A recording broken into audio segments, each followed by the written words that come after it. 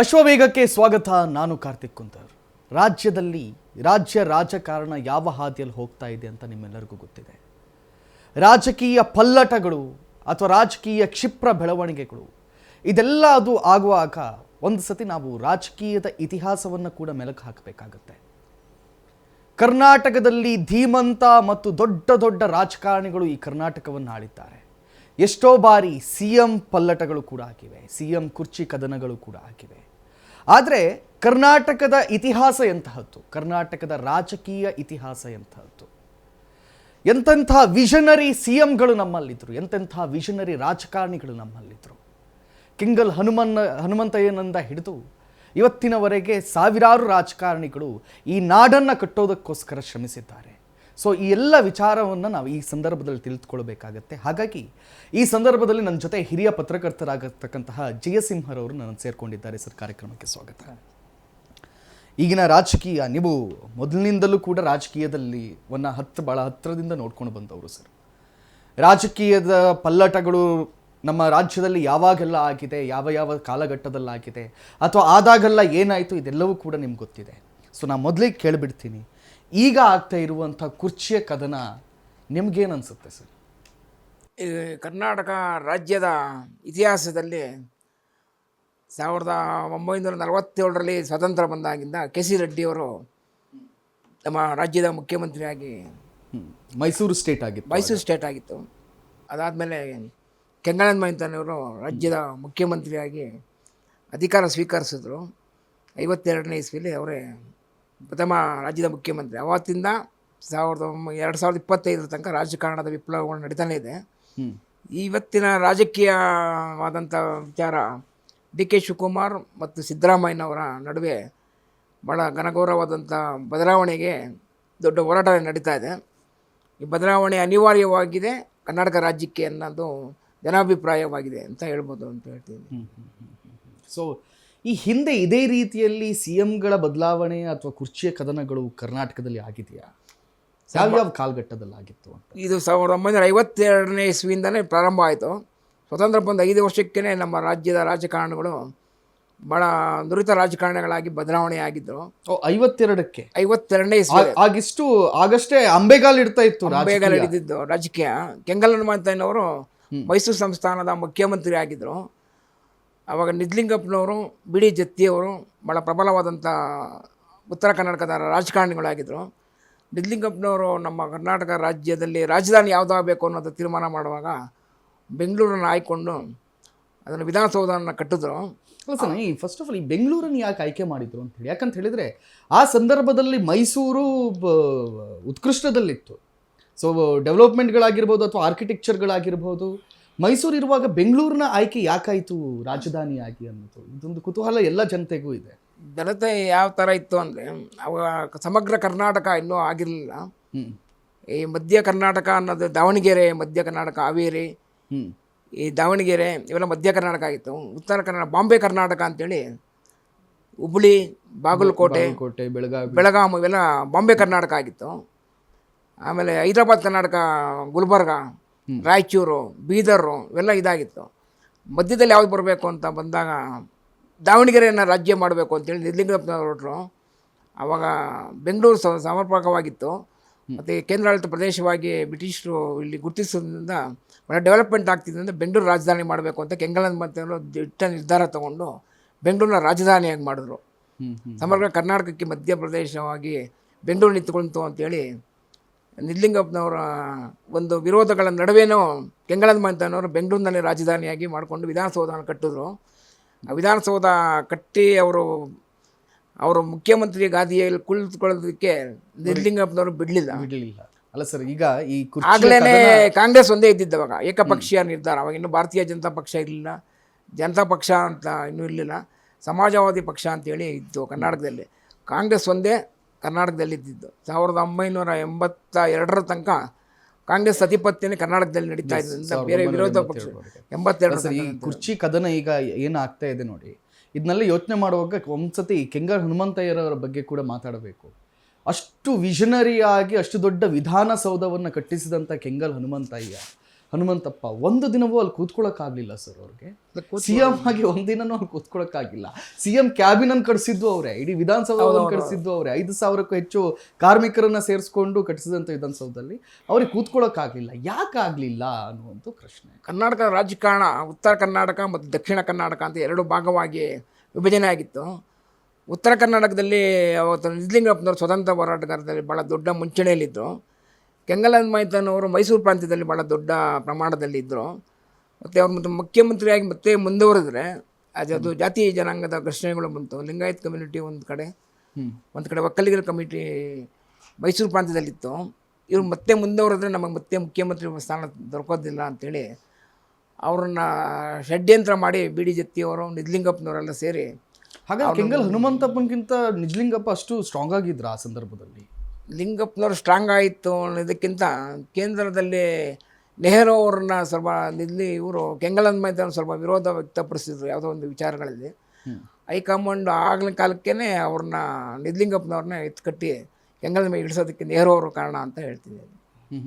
ನೆಹರು ಅವರು ಕಾರಣ. ಕೆಂಗಲ್ ಹನುಮಂತವ್ರು ಬಲಿಷ್ಠವಾಗಿ ಕರ್ನಾಟಕ ಪ್ರಾಂತ್ಯ ರಾಜಕಾರಣದಲ್ಲಿ ಬಲಿಷ್ಠವಾಗ್ಬೋದು, ಮತ್ತೆ ರಾಷ್ಟ್ರ ರಾಜಕಾರಣದಲ್ಲಿ ಬರ್ಬೋದು ಅನ್ನೋ ಒಂದು ದೃಷ್ಟಿ ಇಟ್ಕೊಂಡು ಅವ್ರನ್ನ ಕೆಳಗಿಳಿಸಿದಂಥ ಒಂದು ದೊಡ್ಡ ಸಂಚು ನಡೀತು ಕರ್ನಾಟಕದಲ್ಲಿ ಅಂತ ಹೇಳ್ಬೋದು. ಓಕೆ ಸರ್, ಈಗ ಈ ಸಿ ಎಂ ಪಲ್ಲಟಗಳಾಯ್ತಲ್ಲ, ಸಿ ಎಂ ಅನ್ನ ಕುರ್ಚಿಯಿಂದ ಇಳಿಸಿ ಇನ್ನೊಬ್ರು ಹೋಗಿ ಕೂತ್ಕೊಳ್ಳೋದು, ಈ ಸಂದರ್ಭದಲ್ಲೆಲ್ಲ ರಾಜಕಾರಣದಲ್ಲಿ ಏನು ವ್ಯತ್ಯಾಸಗಳಾಗಿವೆ, ಏನು ಬದಲಾವಣೆಗಳಾಗಿವೆ ಅಂತ? ಸಿ ಎಂ ಬದಲಾವಣೆ ಪ್ರಕ್ರಿಯೆ ಆಗಿದ್ದು ಕರ್ನಾಟಕದಲ್ಲಿ ದೇವರಾಜ ಅರಸು ಅವರು ಕರ್ನಾಟಕ ರಾಜ್ಯದಲ್ಲಿ 10 ವರ್ಷಗಳ ಕಾಲ ಅಭೇದ್ಯವಾದಂಥ ಒಂದು ಬಲಿಷ್ಠವಾದಂಥ ಮುಖ್ಯಮಂತ್ರಿಗಳಾಗಿದ್ದರು. ಅವರು ಇಂದಿರಾ ಗಾಂಧಿ ಅವರು ಅವಾಗ ಪ್ರಧಾನಮಂತ್ರಿಗಳಿಂದ ಕೆಳಗಲ್ಲಿದ್ದಿದ್ದರು. ಜನತಾ ಪಕ್ಷ ಅಧಿಕಾರಕ್ಕೆ ಬಂದಿತ್ತು. ಮೊರಾರ್ಜಿ ದೇಸಾಯಿ ಅವರು ಆಗಿನ ಪ್ರಧಾನಮಂತ್ರಿಗಳಾಗಿದ್ದರು. ಈ ಪ್ರಾದೇಶಿಕ ಪಕ್ಷದಲ್ಲಿ ದೇವರಾಜ ಅರಸು ಭಾಳ ಬಲಿಷ್ಠವಾದಂಥ ನಾಯಕರಾಗಿ ಕಾಂಗ್ರೆಸ್ಗೆ ಸೆಡ್ಡುಡೆಯಂಥ ದೊಡ್ಡ ತಂತ್ರವನ್ನು ಮಾಡಿದ್ರು. ಅವಾಗ ಇಂದಿರಾ ಗಾಂಧಿ ಅವರಿಗೆ ಅದು ಸಹಿಸೋಕ್ಕೆ ಆಗ್ತಾ ಇರಲಿಲ್ಲ. ಆಗ ಏನು ಮಾಡಿದ್ರು, ಅವ್ರು ನಿಲ್ಲಿಸಲೇಬೇಕು ಅಂಥೇಳಿ ಒಂದು ಹೈಕಮಾಂಡಿನ ಸಂದೇಶನ ಮಾಡಿದ್ರು. ಆವಾಗ ಕರ್ನಾಟಕದಲ್ಲಿ ಮೊದಲನೇ ಬದಲಾವಣೆ ದೇವರಾಜ ಅರಸಿಂದನೇ ಬದಲಾವಣೆಗಳ ಪಲ್ಲಾಟಗಳಿಂದ ಸ್ಟಾರ್ಟ್ ಆಯಿತು. ಆವಾಗ ಕಾಂಗ್ರೆಸ್ಸಿನ ಭದ್ರಕೋಟೆ ಆಗಿತ್ತು ಕರ್ನಾಟಕದಲ್ಲಿ. ಕಾಂಗ್ರೆಸ್ ಬಿಟ್ಟರೆ ಬೇರೆ ಯಾವುದೂ ಇರಲಿಲ್ಲ. ಅವಾಗಿನ್ನೂ ದೇವೇಗೌಡರು ಜನತಾ ಪಕ್ಷ ಅಂತಿತ್ತು. ವೀರೇಂದ್ರ ಪಾಟೀಲ್ ಅವರು, ರಾಮಕೃಷ್ಣ ಹೆಗಡೆ ಅವರು, ನಿಜಲಿಂಗಪ್ಪನವರು ಇವರೆಲ್ಲ ಜನತಾ ಪಕ್ಷ ಅಂತ ಹೇಳಿ ಮಾಡ್ಕೊಂಡಿದ್ರು. ದೇವರಾಜ ಅರಸು ಮುಖ್ಯಮಂತ್ರಿ ಆಗಿದ್ದಾಗ ಅವ್ನು ನಿಲ್ಲಿಸಲೇಬೇಕು ಅನ್ನೋದನ್ನು ಕೇಂದ್ರ ಸರ್ಕಾರ ಇಂದಿರಾ ಗಾಂಧಿಯವರು ತೀರ್ಮಾನ ಮಾಡಿದಾಗ ಆಗ ಬದಲಾವಣೆಗೆ ಕರ್ನಾಟಕದಲ್ಲಿ ಮುನ್ನುಡಿ ಆಯಿತು ಅಂತ ಹೇಳ್ಬೋದು.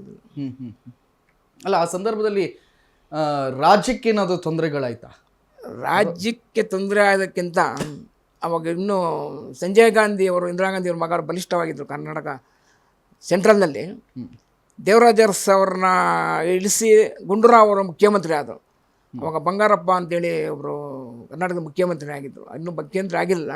ಪ್ರದೇಶ ಕಾಂಗ್ರೆಸ್ ಪಕ್ಷದ ಅಧ್ಯಕ್ಷರಾದರು. ವೀರಪ್ಪ ಮೊಯ್ಲಿ ಕಾಂಗ್ರೆಸ್ಸಿನ ಸೆಕ್ರೆಟರಿ ಆಗಿದ್ದರು.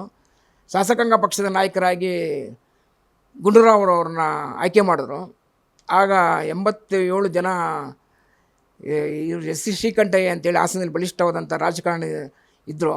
ರಾತ್ರಿ ಅವರು ಅವಾಗಿನ್ನೂ ಪಕ್ಷಾಂತರ ನಿಷೇಧ ಕಾನೂನು ಇರಲಿಲ್ಲ. ಗುಂಡೂರಾವ್ ಸರ್ಕಾರದ ಮುಖ್ಯಮಂತ್ರಿಯಾಗಿ ಅಧಿಕಾರ ಸ್ವೀಕಾರ ಮಾಡಿದ್ರು. ದೇವರಾಜ ಅರಸು ಅಲ್ಲಿಂದ ಪತನ ಆಯಿತು. ಕಾಂಗ್ರೆಸ್ಸು ಅದರಿಂದ ಕೀಳ ಸ್ಥಿತಿಯಲ್ಲಿ ಕರ್ನಾಟಕದಲ್ಲಿ ಬಂತು ಅಂತ ಹೇಳ್ಬೋದು. ಸೊ ಈ ಎರಡೂ ಕಾಲಘಟ್ಟದ ರಾಜಕೀಯವನ್ನು ನೀವು ನೋಡಿದ್ದೀರಿ. ಹಳೆಯ ರಾಜಕಾರಣಕ್ಕೂ ಈಗಿನ ಮಾಡರ್ನ್ ರಾಜಕಾರಣಕ್ಕೂ ಏನು ವ್ಯತ್ಯಾಸ ನಿಮ್ಮಲ್ಲಿ ಕಾಣಿಸ್ತಾ ಇದೆ ಸರ್? ಹಳೆಯ ರಾಜಕಾರಣ 1982 ತನಕನೇ ಕಾಂಗ್ರೆಸ್ ಬಿಟ್ಟರೆ ಬೇರೆ ಯಾವುದು ಕರ್ನಾಟಕದಲ್ಲಿ ಇರಲಿಲ್ಲ. ಅವಾಗ ಮೌಲ್ಯಾಧಾರಿತ ರಾಜಕಾರಣ ಅಂತೇಳಿ ಕರ್ನಾಟಕದಲ್ಲಿ ಸುಪ್ರಸಿದ್ಧವಾದಂಥ ರಾಜಕಾರಣಿ ಯಾರಪ್ಪ ಅಂದರೆ ರಾಮಕೃಷ್ಣ ಹೆಗಡೆ ಅವರು ಕರ್ನಾಟಕದಲ್ಲಿ ಜನತಾ ಪಕ್ಷ ಅಧಿಕಾರಕ್ಕೆ ಬಂತು. ಆ ಮೌಲ್ಯಾಧಾರಿತ ರಾಜಕಾರಣದಿಂದಲೇ ಸ್ವಲ್ಪ ಕರ್ನಾಟಕದಲ್ಲಿ ಮೌಲ್ಯಾಧಾರಿತ ರಾಜಕಾರಣ ಮತ್ತು ಗ್ರಾಮೀಣ ಪ್ರದೇಶಗಳಲ್ಲಿ ಭಾಳ ದೊಡ್ಡ ಅಭಿವೃದ್ಧಿ ಕಾರ್ಯಕ್ರಮಗಳು, ಜಿಲ್ಲಾ ಪಂಚಾಯತಿನ ಚುನಾವಣೆಗಳು, ಲೋಕಾಯುಕ್ತ, ಈ ಥರದ್ದೆಲ್ಲ ಕುಡಿಯೋ ನೀರಿನ ಯೋಜನೆಗಳು, ಜಗದೀಶ್ ಸಾಹೇಬ್ ಅಂತೇಳಿ ರಾಮಕೃಷ್ಣ ಹೆಗಡೆ ಕಾಲದಲ್ಲಿ ಅದು ಅವರು ಗ್ರಾಮೀಣಾಭಿವೃದ್ಧಿ ಸಚಿವರಾಗಿ ಜಗದೀಶ್ ಅವರು ಭಾಳ ಒಳ್ಳೆಯ ಕೆಲಸ ಮಾಡಿದ್ರು. ಡೆಮಾಕ್ರಸಿ ಅನ್ನೋದನ್ನು ಸ್ವಲ್ಪ ಜನತಾ ಪಕ್ಷ ಉಸಿರಾಗಿ ಕರ್ನಾಟಕದಲ್ಲಿ ಬಂತು. ಬದಲಾವಣೆ ಅಷ್ಟೊಂದು ಇರಲಿಲ್ಲ ರಾಜಕಾರಣದಲ್ಲಿ. ಒಂದು ಸ್ಥಿರವಾದ ಸರ್ಕಾರಗಳು ಅಲ್ಲಿವರೆಗೂ ಇತ್ತು. ತದನಂತರ ಎಲ್ಲ ಬದಲಾವಣೆಗಳಾಗಿ ರಾಮಕೃಷ್ಣ ಹೆಗಡೆ ಅವರು ಕೆಲವೊಂದು ವಿಚಾರಗಳು ರಾಜೀನಾಮೆ ಕೊಡೋ ವಿಚಾರಗಳು ಬಂತು. ಆವಾಗ ಬಸವರಾಜ ಬೊಮ್ಮಾಯಿ ಅವ್ರ ತಂದೆ ಎಸ್ ಆರ್ ಬೊಮ್ಮಾಯಿ ಅವರು ಕರ್ನಾಟಕ ರಾಜ್ಯದ ಮುಖ್ಯಮಂತ್ರಿಯಾಗಿ ಅಧಿಕಾರ ಸ್ವೀಕಾರ ಮಾಡಿದ್ರು. ಅದು ಜನ ಒಪ್ಪಲಿಲ್ಲ. ದೇವೇಗೌಡರು ರಾಮಕೃಷ್ಣ ಹೆಗಡೆ ಅವರು ವಿಭಜನೆ ಆಗಿ ಎರಡು ವಿಭಾಗ ಆಯಿತು. ಆಗ ಮತ್ತೆ ಕಾಂಗ್ರೆಸ್ಸು ಅಧಿಕಾರಕ್ಕೆ ಕರ್ನಾಟಕ ರಾಜ್ಯದಲ್ಲಿ ಬಂತು ಅಂತ ಹೇಳ್ಬೋದು. ಅಲ್ಲ, ಈಗಿನ ರಾಜಕೀಯ ಹೆಂಗಿದೆ, ಮೊದಲಿನ ರಾಜಕೀಯ ಹೆಂಗಿದೆ ಅಂತ? ಮೊದಲು ರಾಜಕಾರಣ ಅಂದರೆ ಇನ್ನೂ ಬೇಸಿಕ್ ಪೊಲಿಟಿಕಲ್ ಇತ್ತು. ಈಗೆಲ್ಲ ನುರಿತ ರಾಜಕಾರಣಿಗಳಾಗಿದ್ದಾರೆ. ಯಡಿಯೂರಪ್ಪನವರು ಮುಖ್ಯಮಂತ್ರಿಯಾಗಿ ರಾಜ್ಯದ ಅಧಿಕಾರವನ್ನು ಸ್ವೀಕಾರದ ನಂತರ ಅವ್ರ ಸಂದರ್ಭದಲ್ಲಿ ರಾಜೀನಾಮೆ ಕೊಡಬೇಕಾಗಿ ಬಂತು. ಆಗ ಸದಾನಂದ ಗೌಡರು ಮುಖ್ಯಮಂತ್ರಿಯಾಗಿ ಅಧಿಕಾರಕ್ಕೆ ಬಂದರು. ತದನಂತರ ಜಗದೀಶ್ ಶೆಟ್ಟರನ್ನು ಮುಖ್ಯಮಂತ್ರಿಯಾಗಿ ಮಾಡಿದ್ರು. ಜನ ಅದು ಒಪ್ಪಲಿಲ್ಲ. ಜನ ಆಶೀರ್ವಾದ ಇದ್ದಿದ್ದು ಯಡಿಯೂರಪ್ಪನವರಿಗೆ. ಸದಾನಂದ ಗೌಡ್ರಿಗಾಗಲಿ ಜಗದೀಶ್ ಶೆಟ್ಟರಿಗಾಗಲಿ ಕೆಲವೊಂದು ಒಳ ಸಂಚಿನಿಂದ ಅವರು ಮುಖ್ಯಮಂತ್ರಿಗಳಾದರು. ಜನ ಒಪ್ಪಲಿಲ್ಲ ಅಂದರೆ ಮತ್ತೆ ಕಾಂಗ್ರೆಸ್ ಅಧಿಕಾರಕ್ಕೆ ಬಂತು. ಅಲ್ಲ, ಬೊಮ್ಮಾಯಿ ಅವರನ್ನು ಜನ ಒಪ್ಪಿದ್ರು ಅನ್ಸುತ್ತೆ ನಿಮಗೆ? ಬಸವರಾಜ ಬೊಮ್ಮಾಯಿನವರು ಒಪ್ಪಲಿಲ್ಲ. ಅದರಿಂದ 57 ಸೀಟ್ ಬಂತು. ಯಡಿಯೂರಪ್ಪನವ್ರು ಒಪ್ಪಿದ್ರು, 130 ಸೀಟ್ ತನಕ ಅವ್ರು ಬಂದಿದ್ದರು. ಅದೇ ಸೀಟು ಮತ್ತು ಕಾಂಗ್ರೆಸ್ಸಿಂದ ಪಲ್ಲಾಟ ಮಾಡಿ ಮತ್ತೆ ಅಧಿಕಾರಕ್ಕೆ ಯಡಿಯೂರಪ್ಪನವ್ರು ಬಂದರು. ಬಸವರಾಜ ಬೊಮ್ಮಾಯಿ ಅವರು ಯಾವುದೋ ಜನನಾಯಕರಲ್ಲ. ಅವರು ಮಾಸ್ ಲೀಡರ್ ಅಲ್ಲ, ಒಳ್ಳೆ ಅಡ್ಮಿನಿಸ್ಟ್ರೇಟರ್ ಅಲ್ಲ. ಅವರು ಕೇವಲ ಅವರು ಸಮಾಜವಾದಿ ಪಕ್ಷದಿಂದ ಬಂದವರು. ಭಾರತೀಯ ಜನತಾ ಪಕ್ಷದ ಸಿದ್ಧಾಂತಗಳಿಗೆ ಅವರು ಒಪ್ಪಲಿಲ್ಲ. ಮತ್ತು ಭಾರತೀಯ ಜನತಾ ಪಕ್ಷದ ಇದ್ದವರಂಥ ಭಾಳ ಹಳೆಯ ಮುಖ್ಯಮಂತ್ರಿಗಳು, ಹಳೆಯ ಕಾರ್ಯಕರ್ತರು ಅವರು ಒಪ್ಪಲಿಲ್ಲ. ಭಾರತೀಯ ಜನತಾ ಪಕ್ಷದವರೇ ಆ ಸರ್ಕಾರ ಬೀಳೋದಕ್ಕೆ ಒಂದು ನೇರ ಕಾರಣ ಅಂತಲೂ ಹೇಳ್ಬೋದು ಇವಾಗ. ಅಲ್ಲ, ಈ ಬೊಮ್ಮಾಯಿ ಅನ್ನುವ ಒಂದು ಆ್ಯಂಗಲ್ ಆದರೆ, ಇನ್ನೊಂದು ಕಡೆಯಲ್ಲಿ ಕಾಂಗ್ರೆಸ್ ಗೌರ್ಮೆಂಟ್, ಸಿದ್ದರಾಮಯ್ಯ ಸರ್ಕಾರ ಘೋಷಣೆ ಮಾಡ್ತಲ್ಲ 5 ಗ್ಯಾರಂಟಿಗಳು. ಇವೆರಡರಲ್ಲಿ ಹೆಚ್ಚು ವರ್ಕೌಟ್ ಆಗಿದ್ದು ಯಾವುದು ಅಂತ, ಜನ ಯಾವುದಕ್ಕೆ ಸೋತು ವೋಟ್ ಹಾಕಿದ್ರು? ಈ 5 ಗ್ಯಾರಂಟಿಗಳನ್ನು ನೋಡಿಕೊಂಡು, ಅಥವಾ ಬೊಮ್ಮಾಯಿ ಅವರ ಸರ್ಕಾರ ವಿಫಲ ಆಯಿತು ಅನ್ನೋ ಕಾರಣಕ್ಕೂ ಯಾವುದಕ್ಕೆ? ಕಾಂಗ್ರೆಸ್ ಬರೀ ಗ್ಯಾರಂಟಿಯಿಂದ ಗೆದ್ದಿದ್ದು ಅಂತ ಹೇಳೋದಕ್ಕಾಗೋದಿಲ್ಲ. ಬೊಮ್ಮಾಯಿ ಅವರ ಯಡಿಯೂರಪ್ಪನವರು ಇಳಿಸಿದ್ದು ಲಿಂಗಾಯತ್ ಕಮ್ಯುನಿಟಿಯವರು ಯಾರೂ ಒಪ್ಪಲಿಲ್ಲ. ಮತ್ತು ಬಸವರಾಜ ಬೊಮ್ಮಾಯಿ ಅವರ ಒಂದು ನಾಯಕತ್ವವನ್ನು ಜನನೂ ಒಪ್ಪಲಿಲ್ಲ. ಅವ್ರ ಮುಖ್ಯಮಂತ್ರಿ ಅನ್ನೋ ಒಂದು ಪದವಿಯನ್ನೇ ಅವ್ರ ಕ್ಯಾಬಿನೆಟಲ್ಲಿ ಇದ್ದಂಥ ಹಲವಾರು ಸಚಿವರನ್ನೇ ಅವ್ರನ್ನ ಒಪ್ಪೋ ಸಿದ್ಧಾಂತಗಳು ಇರಲಿಲ್ಲ. ಮತ್ತು ಹಳೆಯ ಮೈಸೂರು ಪ್ರಾಂತ್ಯದಲ್ಲಂತೂ ಬಸವರಾಜ ಬೊಮ್ಮಾಯಿ ಯಾವುದೋ ನಾಯಕತ್ವ ಅಲ್ವ. ಕೇವಲ ಕೇಂದ್ರ ಸರ್ಕಾರದಲ್ಲಿ ಇದ್ದಂಥ ಕೆಲವೊಂದು RSS ಸಂಘಟನೆಗಳು ಬೊಮ್ಮಾಯಿನವರು ಯಡಿಯೂರಪ್ಪನವರ ವಿರುದ್ಧವಾಗಿ ಎತ್ಕಟ್ಟಿದ್ದರಿಂದ ಅವರು ಮುಖ್ಯಮಂತ್ರಿ ಆದರು. ಆ ನಾಯಕತ್ವ ವಿಫಲ ಆಗಿದ್ದರಿಂದ ಕಾಂಗ್ರೆಸ್ ಅಧಿಕಾರಕ್ಕೆ ಬಂತು. ಒಂದು ಪಾಯಿಂಟ್ ಇರ್ಬೋದು. ಆಮೇಲೆ ಗ್ಯಾರಂಟಿ ಯೋಜನೆಗಳು ಸ್ವಲ್ಪ ಹಳ್ಳಿ ಮಟ್ಟಗಳಲ್ಲಿ ಈ ಆಡಳಿತ ಕುಸಿತ ಹೋಗಿದ್ದರಿಂದ ಬೇರೆ ಆಶಾದಾಯಕವಾದಂಥ ಪರಿಸ್ಥಿತಿ ಈ ಗ್ಯಾರಂಟಿಗಳನ್ನು ಕಾಣ್ತು. ಅದರಿಂದ ಕಾಂಗ್ರೆಸ್ಗೆ ಅನಿವಾರ್ಯವಾಗಿ ಓಟ್ ಹಾಕುವಂಥ ಪರಿಸ್ಥಿತಿ ಬಂತಿಲ್ಲಿ ಅಂತ ಹೇಳ್ಬೋದು. ಈ ಕರ್ನಾಟಕವನ್ನು ನಾವು ರಾಜಕೀಯವಾಗಿ ನೋಡುವಾಗ ಸರ್, ಒಂದು 3 ವಿಭಾಗಗಳಾಗಿ ನಾವು ಅದನ್ನು ಗುರುತಿಸ್ಬೋದೇನೋ. ಒಂದು ಕರಾವಳಿಯ ರಾಜಕೀಯ ಹೋಗ್ತಾ ಇರುವ ಶೈಲಿಯೇ ಬೇರೆ, ಆಚೆ ಉತ್ತರ ಕರ್ನಾಟಕದ ರಾಜಕೀಯ ಹೋಗ್ತಾ ಇರೋ ಶೈಲಿಯೇ ಬೇರೆ, ಈ ಹಳೆ ಮೈಸೂರು ಮತ್ತು ಬೆಂಗಳೂರು ಭಾಗದ ರಾಜಕೀಯಗಳು ಹೋಗ್ತಾ ಇರೋ ಶೈಲಿಯೇ ಬೇರೆ. ಸೊ ಈ ವ್ಯತ್ಯಾಸಗಳ ಬಗ್ಗೆ ನೀವು ಮಾತಾಡೋದಾದರೆ, ಈ 3 ಪ್ರಾಂತ್ಯಗಳಲ್ಲಿ ಯಾವ್ಯಾವ ರೀತಿಯ ರಾಜಕೀಯ ವರ್ಕೌಟ್ ಆಗುತ್ತೆ ಅಂತ?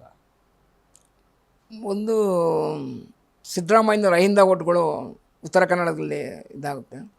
ಹಳೆಯ ಮೈಸೂರು ಪ್ರಾಂತ್ಯಕ್ಕೆ ಬಂದರೆ ಎಚ್ ಡಿ ದೇವೇಗೌಡವರು, ಕುಮಾರಸ್ವಾಮಿಯನ್ನೇ ಒಕ್ಕಲಿಗರ ಸಮುದಾಯ, ಬೆಂಗಳೂರು ಗ್ರಾಮಾಂತರ, ರಾಮನಗರ, ಹಳೆ ಮೈಸೂರು ಪ್ರಾಂತ್ಯಗಳು, ತುಮಕೂರು ಇವೆಲ್ಲ JDSನ ಹಿಡಿತದಲ್ಲಿ ಭದ್ರವಾಗಿ ಇವತ್ತು ಇದೆ. ಅದರಿಂದ ಅವ್ರು 28 ಸೀಟ್ ತನಕ ಗೆಲ್ಲೋದಕ್ಕೆ ಸಾಧ್ಯ ಆಗುತ್ತೆ. ಲಾಸ್ಟ್ ಟೈಮ್ 52 ತನಕ ಬಂದಿದ್ದರು, ಈಗ 28, ಇವಾಗ 17 ತನಕ ಬಂದಿದ್ದಾರೆ.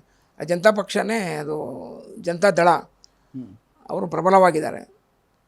ಹಳೇ ಉತ್ತರ ಕರ್ನಾಟಕದಲ್ಲಿ ಈಗ ಸದ್ಯದ ಪರಿಸ್ಥಿತಿಯಲ್ಲಿ ಲಿಂಗಾಯತ್ ಕಮ್ಯುನಿಟಿಯವರು ಯಡಿಯೂರಪ್ಪನವರ ನಾಯಕತ್ವ ಇಲ್ಲದಿರೋದ್ರಿಂದ, ಅನಿವಾರ್ಯವಾಗಿ ಇವಾಗ ಕಾಂಗ್ರೆಸ್ ಒಪ್ಪಿರೋದ್ರಿಂದ ತ್ರಿಕೋಣವಾದಂಥ ಸ್ಪರ್ಧೆಯಿಂದಲೇ ಮತ್ತೆ BJP JDSಯಿಂದ ಮತ ವಿಭಜನೆಯಿಂದ ಕಾಂಗ್ರೆಸ್ ಮತ್ತೆ ಅಧಿಕಾರಕ್ಕೆ ಬಂದು ಅಂತ ಹೇಳ್ಬೋದು.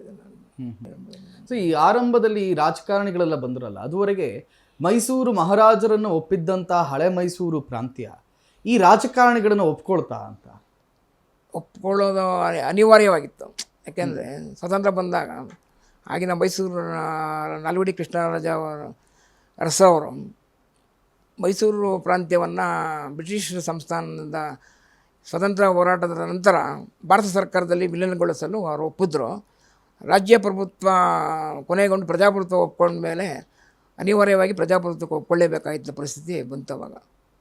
ಆವಾಗ ಸರ್ದಾರ್ ವಲ್ಲಭಾಯ್ ಪಟೇಲ್ ಅವರು ಗೃಹ ಮಂತ್ರಿ ಆಗಿದ್ದಾಗ ಮೈಸೂರು ಸಂಸ್ಥಾನಕ್ಕೆ ಒಳಪಟ್ಟು ನಮ್ಮ ಭಾರತದಲ್ಲಿ ಇದು ರಾಜ್ಯ ವಿಲೀನಗೊಂಡಾಗ ಅನಿವಾರ್ಯವಾಗಿ ಅವ್ರು ಒಪ್ಕೊಳ್ಳೇಬೇಕಾದ ಜನ ಏನು ಮಾಡೋದಕ್ಕೆ ಸಾಧ್ಯ ಇರಲಿಲ್ಲ. ಪ್ರಜಾಪ್ರಭುತ್ವಕ್ಕೆ ಒಪ್ಪಿಕೊಳ್ಳಬೇಕಾದ ಪರಿಸ್ಥಿತಿ ಬಂತು ಇವಾಗ. ಈ ಈ ಆಗಿನ ಕಾಲದ ರಾಜಕೀಯದಲ್ಲಿ ಈ ಹಿಂದೂ ಮುಸ್ಲಿಂ ಕ್ರಿಶ್ಚಿಯನ್ ಇದೆಲ್ಲ ಇತ್ತ ಸರ್ ಆ ಟೈಮಲ್ಲಿ? ಅವಾಗೇನು ಇಲ್ಲ. ಕಾಂಗ್ರೆಸ್ ಅಭೇದ್ಯವಾದ ಕೋಟೆ ಇತ್ತು. ಹಿಂದೂಗಳು ಓಟ್ ಹಾಕಬೇಕಾಯ್ತು, ಮುಸ್ಲಿಮ್ ಓಟ್ ಹಾಕಬೇಕಾಯ್ತು. ಪರ್ಯಾಯ ರಾಜಕಾರಣ ಇರಲಿಲ್ಲ ಆಗ. 1982ರಲ್ಲಿ ಯಾವಾಗ ಕರ್ನಾಟಕದಲ್ಲಿ ಜನತಾ ಪಕ್ಷ ಅಂತಿದ್ವಿ, JDS ಮತ್ತು JDU ಅಂತೇಳಿ ಅವಾಗ ಎರಡು ವಿಭಜನೆ ಆಯಿತು. ಜನತಾ ಪಕ್ಷ ಅಂತಲೇ ಭಾಳ ಪ್ರಬಲವಾಗಿತ್ತು. ಯಾವಾಗ ರಾಮಕೃಷ್ಣ ಹೆಗಡೆ ಅವರು ಕರ್ನಾಟಕದ ಕಾಂಗ್ರೆಸ್ಸೇತರ ಮುಖ್ಯಮಂತ್ರಿ ಆದರು, ಅವರು ಪ್ರಬಲವಾದಂಥ ದೊಡ್ಡ ನಾಯಕರಾಗಿ ಉತ್ತರ ಕರ್ನಾಟಕದಲ್ಲೇ ಅವರು ಬ್ರಾಹ್ಮಣರಾದರೂ ಅವರು ಲಿಂಗಾಯತ್ ಕಮ್ಯುನಿಟಿನ ಭಾಳ ಹಿಡಿತದಲ್ಲಿ ಇಟ್ಕೊಂಡಿದ್ರು. ಸ್ವಲ್ಪ ಮೌಲ್ಯಾಧಾರಿತ ರಾಜಕಾರಣದಿದ್ದು ಯಾವ ಜಾತಿ ಮತ ಏನೂ ಇಲ್ಲದೆ ಅವರು ರಾಜಕಾರಣ ಮಾಡೋದು ಅಂತ ಹೇಳ್ಬೋದು. ಇಂದಿರಾ ಗಾಂಧಿ ಅವರ ಪ್ರಭಾವ ಹೇಗಿತ್ತು? ಯಾಕಂದರೆ ನಾವೆಲ್ಲ ಅವರ ಕಾಲಘಟ್ಟದಲ್ಲಿ ಹುಟ್ಟಲಿಲ್ಲ.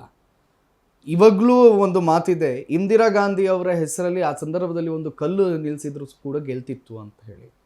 ಹೆಂಗಿತ್ತು ಸರ್ ಆ ಇಂದಿರಾ ಗಾಂಧಿ ಅವರ ವರ್ಚಸ್ಸು, ಆಳ್ವಿಕೆ, ಅವರ ಪ್ರಭಾವಗಳು ಯಾವ ರೀತಿ ಇತ್ತು ಅಂತ? ನೆಹರು ನಂತರ ಯಾರು ಒಂದು ಫಸ್ಟ್ ಟೈಮ್ ಬಂದಾಗ ಲಾಲ್ ಬಹದ್ದೂರ್ ಶಾಸ್ತ್ರಿ ಬಂದರು. ಲಾಲ್ ಬಹದ್ದೂರ್ ಶಾಸ್ತ್ರಿ ಮರಣದ ನಂತರ ಇಂದಿರಾ ಗಾಂಧಿ ಈ ರಾಷ್ಟ್ರದ ಪ್ರಧಾನವಾಗಿ ಮಂತ್ರಿಯಾಗಿ ಅಧಿಕಾರ ವಹಿಸಿದ್ರು. 77ರಲ್ಲಿ ಅವರ ಚುನಾವಣಾ ಸಿಂಧು ಅಂತ ಘೋಷಣೆ ಮಾಡೋ ತನಕನೇ ಅವರ ಅಭೇದ್ಯವಾದಂಥ ಕೋಟೆ ಇತ್ತು. ಮತ್ತು ರಾಷ್ಟ್ರಾದ್ಯಂತ ಅವ್ರ ಪ್ರಭಾವ ಭಾಳ ನಿಚ್ಚಳವಾಗಿತ್ತು. ಇವತ್ತು ಕರ್ನಾಟಕದಲ್ಲಿ ಕಾಂಗ್ರೆಸ್ ಪ್ರಬಲವಾಗಿರೋದ್ರಿಂದ ಇಂದಿರಾ ಗಾಂಧಿ ಅವರ ಒಂದು ಸ್ಥೈರ್ಯ, ಅವರ ನಾಯಕತ್ವ, ಅವರ ಒಂದು ಕೆಚ್ಚೆದೆಯ ಒಂದು ಹೋರಾಟಗಳಿಂದಲೇ ಇವತ್ತು ಕರ್ನಾಟಕದಲ್ಲಿ ಇವತ್ತು ಕಾಂಗ್ರೆಸ್ ಇಂದಿರಾ ಗಾಂಧಿ ಮುಖಾಂತರನೇ ಓಟ್ ಹಾಕುವಂಥ ಸಾಧ್ಯತೆ ಭಾಳ ಬಲವಾಗಿದೆ ಅಂತ ಹೇಳ್ಬೋದು. ಯಾವ ಸಿದ್ದರಾಮಯ್ಯ, DK ಶಿವಕುಮಾರ್ ಬರೋದಕ್ಕಿಂತ ಮುಂಚೆಯಿಂದನೂ ಕಾಂಗ್ರೆಸ್ ಇದೆ. ಸಿದ್ದರಾಮಯ್ಯನೂ ಕರ್ನಾಟಕ ರಾಜ್ಯದ ರಾಜಕಾರಣದಲ್ಲಿ ಅನಿವಾರ್ಯವಲ್ಲ. ಅವರು ಮೂಲತಃ 82ರಲ್ಲಿ ಲೋಕದಳ ಪಕ್ಷದಿಂದ ಅಧಿಕಾರಕ್ಕೆ ಬಂದವರು. ಅವಾಗ ರಾಮಕೃಷ್ಣ ಹೆಗಡೆ ಅವರು ಕನ್ನಡ ಕಾವಲು ಸಮಿತಿ ಅಧ್ಯಕ್ಷನಾಗಿ ಅವ್ರನ್ನ ನೇಮಕ ಮಾಡಿದ್ರು. ತದನಂತರ ದೇವೇಗೌಡರು ಕಾಲದಲ್ಲೇ ಅವ್ರನ್ನ ಉಪಮುಖ್ಯಮಂತ್ರಿಯಾಗಿ ಹಣಕಾಸು ಸಚಿವರಾಗಿ ಮಾಡಿದರು. ಅವರು ಕಾಂಗ್ರೆಸ್ ವಿರೋಧವನ್ನು ಮಾಡಿಕೊಂಡೇ ರಾಜಕಾರಣದಲ್ಲಿ ಬಂದಿದ್ದಂಥವ್ರು. ಅನಿವಾರ್ಯ ಪರಿಸ್ಥಿತಿಯಲ್ಲಿ ಅವರು ಕಾಂಗ್ರೆಸ್ಗೆ ಬಂದು ಅವರು ಮುಖ್ಯಮಂತ್ರಿ ಸ್ಥಾನಕ್ಕೆ ಬಂದು ಕೆಲವು 7 ವರ್ಷಗಳ ದೀರ್ಘಾವಧಿ ಅಧಿಕಾರ ನಡೆಸಿದ್ದಾರೆ. DK ಶಿವಕುಮಾರ್ ಅವರು ಕರ್ನಾಟಕ ರಾಜ್ಯದ ರಾಜಕಾರಣದಲ್ಲಿ ಕಾಂಗ್ರೆಸ್ಗೆ ಧ್ರುವತಾರೆ ಅಂತಲೇ ಹೇಳ್ಬೋದು. ಅವರು ಕಷ್ಟಪಟ್ಟು ಅವರು 89ರಲ್ಲಿ ಪ್ರಥಮ ಬಾರಿಗೆ ಕನಕಪುರ ಸಾತ್ನೂರು ವಿಧಾನಸಭಾ ಕ್ಷೇತ್ರದಿಂದ ಗೆದ್ದು ಬಂದು ಇಲ್ಲಿವರೆಗೂ ಒಂದು 7 ಸತಿ MLA ಆಗಿ ಬಂದಿರಬೇಕಾದ್ರೆ ಅವರು ಹಳೆ ಮೈಸೂರು ಪ್ರಾಂತ್ಯದಲ್ಲಿ ಒಕ್ಕಲಿಗರವ್ರನ್ನ ಈ ಸತಿ ಮುಖ್ಯಮಂತ್ರಿ ಮಾಡಲೇಬೇಕು ಅಂತೇಳಿ ಅವ್ರನ್ನ ಪ್ರತಿಬಿಂಬಿಸಿ ಅವರಿಂದನೇ ಅರ್ಧ ಕಾಂಗ್ರೆಸ್ಸು ಅಧಿಕಾರಕ್ಕೆ ಬಂತು.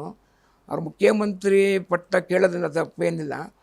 ಮತ್ತು ಕಾಂಗ್ರೆಸ್ಸಿನ ರಾಜಕಾರಣದಲ್ಲಿ ಅವರು ಇವತ್ತು ಸಿದ್ಧಾಂತಗಳ ನಿರ್ಮಾಣದಲ್ಲಿ ಮತ್ತು ಪಕ್ಷ ಕಟ್ಟೋದ್ರಲ್ಲಿ DK ಶಿವಕುಮಾರ ಪಾತ್ರ ಭಾಳ ದೊಡ್ಡ ಪ್ರಮಾಣದಲ್ಲಿದೆ ಅಂತಲೂ ಹೇಳ್ಬೋದು. ಇವತ್ತು DK ಶಿವಕುಮಾರ್ ಈಗ ಬೇರೆ ರಾಜಕಾರಣಿಗಳು ನೋಡುವಾಗ ಹೆಚ್ಚಿನ ಜನರು ಬೇರೆ ಬೇರೆ ರಾಜಕೀಯ ಪಕ್ಷಗಳಿಂದ ಕಾಂಗ್ರೆಸ್ಸಿಗೆ ಬಂದರು, ಅಧಿಕಾರವನ್ನು ಮಾಡಿದರು. ಆದರೆ DK ಶಿವಕುಮಾರ್ ಒಂದು ಅಭೇದ್ಯವಾಗಿ ಛಲ ಹಿಡಿದು ಛಲದಂಕ ಮಲ್ಲನಂತೆ ಕಾಂಗ್ರೆಸ್ಸಲ್ಲೇ ಇವತ್ತಿನವರೆಗೂ ಇದ್ದಾರಲ್ಲ, ಅದು ಯಾವ ಶಕ್ತಿ ಅವರನ್ನು ಇನ್ನೂ ಕೂಡ ಅಲ್ಲಿ ಹಿಡಿದಿಟ್ಕೊಂಡಿದೆ ಅನ್ನುವಂಥ ಪ್ರಶ್ನೆ. ಯಾಕಂದರೆ ನಂಗೆ ಕುರ್ಚಿ ಸಿಗದೇ ಇದ್ರೂ ಪರವಾಗಿಲ್ಲ, ನಾನು ಕಾಂಗ್ರೆಸ್ಸಲ್ಲೇ ಕೂತ್ಕೊಳ್ತೀನಿ ಅಂತ ಹೇಳುವಂಥ ಹಠ ಮಾರಿ ಗುಣ ಅವರಲ್ಲಿ ಹೆಂಗೆ ಬಂತು ಅಂತ ಸರ್? ಹಠ ಮಾರಿ ಅದಕ್ಕಿಂತ ಅವರು ಮೂಲತಃ ಕಾಂಗ್ರೆಸ್ ವ್ಯಕ್ತಿನೇ. ಅವ್ರು ಯಾವುದೇ ಪಕ್ಷದಿಂದ ಬಂದಂಥವ್ರಲ್ಲ, ಮತ್ತು ಯಾವುದೇ ಪಕ್ಷಕ್ಕೆ ಹೋಗುವಂಥ ವ್ಯಕ್ತಿತ್ವ ಅವರಿಲ್ಲ. ಇವತ್ತು ಕರ್ನಾಟಕ ಪ್ರದೇಶ ಕಾಂಗ್ರೆಸ್ ಪಕ್ಷ ಇವತ್ತು ದುಸ್ಥಿತಿಲಿತ್ತು. ಒಂದು ಕಚೇರಿ ನಿರ್ವಹಣೆ ಆಗಿರ್ಬೋದು, ಅವ್ರ ಪ್ರೋಟೋಕಾಲ್ ಇರ್ಬೋದು, ಅವರು ಜನಗಳ ಮಧ್ಯದಲ್ಲಿ ಯಾವುದೇ ಜನಾಂಗ, ಯಾವುದೇ ಜಾತಿ ಮತ, ಯಾವುದೇ ಭೇದ ಇಲ್ಲದೆ ಸ್ವಲ್ಪ ಪ್ರೋಟೋಕಾಲ್ ವಿಚಾರದಲ್ಲಿ ಅವರು ಭಾಳ ಗಂಭೀರವಾದ ಒಂದು ನಡೆಯನ್ನು ಅವರು ಮಾಡ್ತಾರೆ. ಮತ್ತು ಕಾಂಗ್ರೆಸ್ಸಿನ ಸಿದ್ಧಾಂತಗಳಿಗೆ ಅವರು ಮೈಗೂಡಿಸ್ಕೊಂಡಿದ್ದಾರೆ. ಮತ್ತು ಕರ್ನಾಟಕ ರಾಜಕಾರಣದಲ್ಲಿ ಇವತ್ತು DK ಶಿವಕುಮಾರ್ ಅನಿವಾರ್ಯ ಅನ್ನೋ ಪರಿಸ್ಥಿತಿನ ಅವರು ನಿರ್ಮಾಣ ಮಾಡ್ಕೊಂಡಿದ್ದಾರೆ. ಅಪಾರವಾದ ಬೆಂಬಲ ಇಟ್ಕೊಂಡಿದ್ದಾರೆ. ಕೆಲವೊಂದು ಶಾಸಕರು ಅವ್ರನ್ನ ಬಲವಾಗಿ ಇಷ್ಟಪಡ್ತಾರೆ. ಕೇಂದ್ರ ಸರ್ಕಾರದಲ್ಲೂ ಹೈಕಮಾಂಡಲ್ಲೂ ಅವರು ಭಾಳ ಒಳ್ಳೆಯ ಪ್ರಭಾವವನ್ನು ಹೊಂದಿದ್ದಾರೆ. ನಾನು ನಿಮ್ಮ ಹತ್ರ ಕೇಳೋದಾದರೆ ಸಿದ್ದರಾಮಯ್ಯ ಮತ್ತು DK ಇವರಿಬ್ಬರಲ್ಲಿ ಯಾರು ಸಮರ್ಥರು ಅನಿಸುತ್ತೆ? ಸಮರ್ಥರು ಅಂದರೆ ಆಡಳಿತ ದೃಷ್ಟಿಯಿಂದ ಒಂದು ಸಿದ್ದರಾಮಯ್ಯನವರು ಒಳ್ಳೆ ಆಡಳಿತಾಧಿಕಾರಿ. ಅವರ ಒಂದು ವರ್ಚಸ್ಸು ಪ್ರಭಾವ ಭಾಳ ದೊಡ್ಡ ಮಟ್ಟದಲ್ಲಿದೆ. DK ಶಿವಕುಮಾರ್ ಪಕ್ಷದ ಸಂಘಟನೆ ವಿಚಾರದಲ್ಲಿ DK ಶಿವಕುಮಾರ್ ಎರಡನೇ ಮಾತಿಲ್ಲ. ಆಮೇಲೆ ನಿಮ್ಗೇನು ಅನಿಸುತ್ತೆ ಸರ್, ಈ CM ಪಲ್ಲಟಗಳಾಗುತ್ತಾ ಅಥವಾ ಸಿದ್ದರಾಮಯ್ಯರವರೇ ಮುಂದುವರಿತಾರಾ? ಇಲ್ಲ, ಅದು ಒಪ್ಪಂದಗಳ ಪ್ರಕಾರ ಅದು ನಡೆದಿರೋದ್ರಿಂದನೇ ಇಷ್ಟೆಲ್ಲ ಗಲಾಟೆಗಳಿಗೆ ಕಾರಣ ಆಗಿರೋದು. ಎಲ್ಲ ಒಪ್ಪಂದ 2 ವರ್ಷ ಮುಖ್ಯಮಂತ್ರಿ ಮತ್ತು ಇವರು 2 ವರ್ಷ ಮುಖ್ಯಮಂತ್ರಿ ಅನ್ನೋ ಒಂದು ಒಪ್ಪಂದದ ಪ್ರಕಾರನೇ ಆಗಿರೋದು ಅಂತೇಳಿ ಕಾಂಗ್ರೆಸ್ಸಿನ ಎಲ್ಲ ಮೂಲಗಳು ಹೇಳ್ತಾ ಇದೆ. ಆ ಒಪ್ಪಂದ ಸತ್ಯ ಆಗಿರೋದ್ರಿಂದಲೇ ಡಿ ಕೆ ಶಿವಕುಮಾರ್ ಅಷ್ಟೊಂದು ಪ್ರೆಸರ್ ಮಾಡೋದಕ್ಕೆ, ಮುಖ್ಯಮಂತ್ರಿ ಪದವಿ ಕೇಳೋದಕ್ಕೆ ಸಾಧ್ಯವಾಗಿದೆ. ಸಿದ್ದರಾಮಯ್ಯ ಅಧಿಕಾರದಿಂದ ಕೆಳಗಿಳಿದ ತಕ್ಷಣ ಕರ್ನಾಟಕ ಕಾಂಗ್ರೆಸ್ ಹೊರಟೋಗುತ್ತೆ ಅನ್ನೋದು ಸುಳ್ಳು. ಇನ್ನು ದೇವರಾಜ ಅರಸು ಭಾಳ ಇವ್ರಿಗಿಂತ ಭಾಳ ಪ್ರಬಲವಾಗಿದ್ದರು. ದೇವರಾಜ ಅರಸು ಇಳಿದಾಗ 78 ಜನ ಶಾಸಕರು ಎಸ್ ಶ್ರೀಕಂಠಯ್ಯನವ್ರ ನೇತೃತ್ವದಲ್ಲಿ, ಗುಂಡೂರಾವ್ ಕೇವಲ 1% ಇರುವಂಥ ಬ್ರಾಹ್ಮಣ ಸಮುದಾಯದವರು, ಅವ್ರನ್ನ ಒಪ್ಕೊಂಡು ಸರ್ಕಾರ 3 ವರ್ಷ ನಡೆಸೋರು ಅವರು. ಡಿ ಕೆ ಶಿವಕುಮಾರ್ ಅಷ್ಟೇ ಸಮರ್ಥವಾಗಿದ್ದಾರೆ. ಅವರು ಶಾಸಕಾಂಗ ಪಕ್ಷದ ಕೆಲವೊಂದು ಅರ್ಧದಷ್ಟು ಬೆಂಬಲ ಅವ್ರಿಗಿದೆ. ಅವರು ಸಮರ್ಥವಾಗಿ ಆಡಳಿತ ಮಾಡ್ಬೋದು ಅನ್ನೋದು ಕರ್ನಾಟಕ ಜನರ ಅಭಿಪ್ರಾಯ. ಜನರು ಅವರ ಪರನೂ ಇದ್ದಾರೆ. ಇನ್ಸೈಡ್ ಸ್ಟೋರಿಯನ್ನು ನೋಡೋದಾದ್ರೆ MLAಗಳ ಸಪೋರ್ಟ್ ಯಾರಿಗೆ ಹೆಚ್ಚಿದೆ? ಸಿದ್ದರಾಮಯ್ಯನವ್ರಿಗೂ ಡಿ ಕೆ ಶಿ ಅವ್ರಿಗೂ? ಈಗ ಇವತ್ತು ನಾನೊಂದು ಸ್ಟೇಟ್ಮೆಂಟ್ ಕೇಳಿದೆ, ಡಿ ಕೆ ಶಿ ಅವರು ನಿನ್ನೆ ಡಿನ್ನರ್ ಮೀಟಿಂಗಲ್ಲಿ ಮಾತಾಡ್ತಾರಂತೆ, ನನ್ನ ಹತ್ರ 100 ಜನ ಶಾಸಕರಿದ್ದಾರೆ, MLAಗಳಿದ್ದಾರೆ, ಡೋಂಟ್ ವರಿ ಅಂತ ಹೇಳಿ ಅವ್ರ ಆಪ್ತರಿಗೆಲ್ಲ ಮಾತಾಡ್ಕೊಂಡ್ರು ಅನ್ನುವಂಥ ಸುದ್ದಿ ನಮ್ಗೆ ಲಭ್ಯವಾಯಿತು. ಹೌದಾ? ಅದು ನೀವು ನಮಗೆ ಅಷ್ಟು ನಿಖರವಾದಂಥ ಸಂಖ್ಯೆಗಳು ಯಾವುದು ಹೇಳೋದಕ್ಕಾಗಲ್ಲ.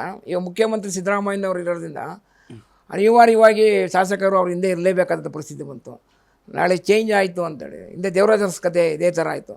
ಅವರು ಬಲಿಷ್ಠವಾಗಿ 140 ಜನ ಇದ್ದರು. ಅಧಿಕಾರ ಹೋದ ತಕ್ಷಣ ಒಂದು 4 ಜನ ಅವ್ರ ಹಿಂದೆ ಇರಲಿಲ್ಲ. ದೇ ಮಲ್ಲಿಕಾರ್ಜುನ ಖರ್ಗೆ, ಧರ್ಮಸಿಂಗು, ವೀರಪ್ಪ ಮೊಯ್ಲಿ, ಬಂಗಾರಪ್ಪ ಅವರೆಲ್ಲ ಹಿಂದುಳಿದ ವರ್ಗದ ನಾಯಕರನ್ನಾಗಿ ಬೆಳೆಸಿದವರು ದೇವರಾಜ ಅರಸು.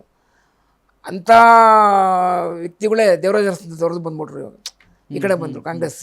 ಅವರು ದೇವರಾಜ ಅರಸು ಕ್ರಾಂತಿರಂಗ ಅಂತೇಳಿ ಮಾಡಿಕೊಂಡ್ರು. ಪಾಪ ಅನಿವಾರ್ಯ ಸ್ಥಿತಿಯಲ್ಲಿ ಅವ್ರ ಕೈ ಯಾರು ಹಿಡಿಲಿಲ್ಲ ಅವಾಗ. ಆ ಪರಿಸ್ಥಿತಿಗಳು ಕರ್ನಾಟಕದಲ್ಲಿ ಇರೋದ್ರಿಂದ ಸಿದ್ದರಾಮಯ್ಯ ಹೋದ ತಕ್ಷಣವೇ ಡಿ ಕೆ ಶಿವಕುಮಾರ್ ಬಂದ ತಕ್ಷಣವೇ ಕಾಂಗ್ರೆಸ್ ಬಿದ್ದೋಗ್ಬಿಡುತ್ತೆ ಅನ್ನೋದು ಸುಳ್ಳು. ಇನ್ನೂ ಬಲಿಷ್ಠನೂ ಆಗ್ಬೋದು.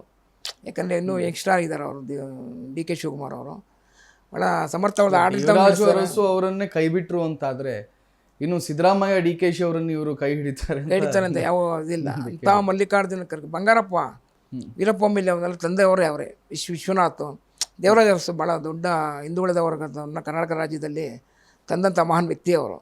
ಅಂಥವರ ಅಧಿಕಾರ ಹೋದಾಗ ಯಾರೂ ಅವ್ರು ಕೈ ಹಿಡಿಲಿಲ್ಲ. ಗುಂಡೂರಾವ್ನ ನಾಯಕತ್ವ ಒಪ್ಕೊಂಡ್ರು. 115 ಜನ ಬಲಿಷ್ಠ ಸರ್ಕಾರ ನಡೆದೋಗ್ಬಿಡ್ತು ಅವಾಗ. ಆವಾಗ ಗುಂಡೂರಾವ್ ಅವರು ಆಡಳಿತದಲ್ಲಿ ವೈಖರಿ, ಕನ್ನಡ ಒಂದು ಗೋಕಾಕ್ ಚಳುವಳಿ ಹೋರಾಟ, ರೈತರ ವಿರುದ್ಧವಾದಂಥ ಒಂದು ಗೋಳಿಬಾರು, ಇವೆಲ್ಲ ಪ್ರಕರಣಗಳಿಂದ ಕಾಂಗ್ರೆಸ್ ಬಿದ್ದೋಗ್ಬಿಡ್ತು. ಇಲ್ಲಾಂದ್ರೆ ಕಾಂಗ್ರೆಸ್ ಇನ್ನೂ ಹೊತ್ತವರೆಗೂ ಅಧಿಕಾರಕ್ಕೆ ಬರೋಕ್ಕಾಗ್ತಿಲ್ಲ. ಭಾರತೀಯ ಜನತಾ ಪಕ್ಷ ಸ್ಥಾಪನೆ ಆಗಿದೆ 1982ರಲ್ಲಿ. ಕರ್ನಾಟಕದಲ್ಲಿ ದೇವೇಗೌಡರು, ಸಿದ್ದರಾಮಯ್ಯನವರು, ರಾಮಕೃಷ್ಣ ಹೆಗಡೆ, PGR ಸಿಂಧ್ಯಾ ಇವರೆಲ್ಲ ಒಂದು ಪಕ್ಷ ಭಾಳ ದೊಡ್ಡದಾಗಿ ಕಟ್ಟಿದ್ರು, ಜನತಾ ಪಕ್ಷ ಅಂತೇಳಿ. ಅವರೆಲ್ಲ ಇವತ್ತು ಒಂದೇ ಪಕ್ಷ ಇದ್ದಿದ್ರೆ ಭಾರತೀಯ ಜನತಾ ಪಕ್ಷ ಕರ್ನಾಟಕದಲ್ಲಿ ನೆಲೆ ಹೊರೋದಕ್ಕೆ ಸಾಧ್ಯವಾಗ್ತಿರಲಿಲ್ಲ. ಕರ್ನಾಟಕದಲ್ಲಿ BJP ಅಂತ ಪ್ರಬಲವಾದಂಥ, ಇನ್ನೂ ಹಳೆ ಮೈಸೂರು ಪ್ರಾಂತ್ಯದಲ್ಲಿ ಅವರ ಇನ್ನೂ ಸ್ಥಾನಮಾನಗಳು ಗಟ್ಟಿಯಾಗಿ ನೆಲೆ ಊರಿಲ್ಲ ಅವರು. ಎಸ್.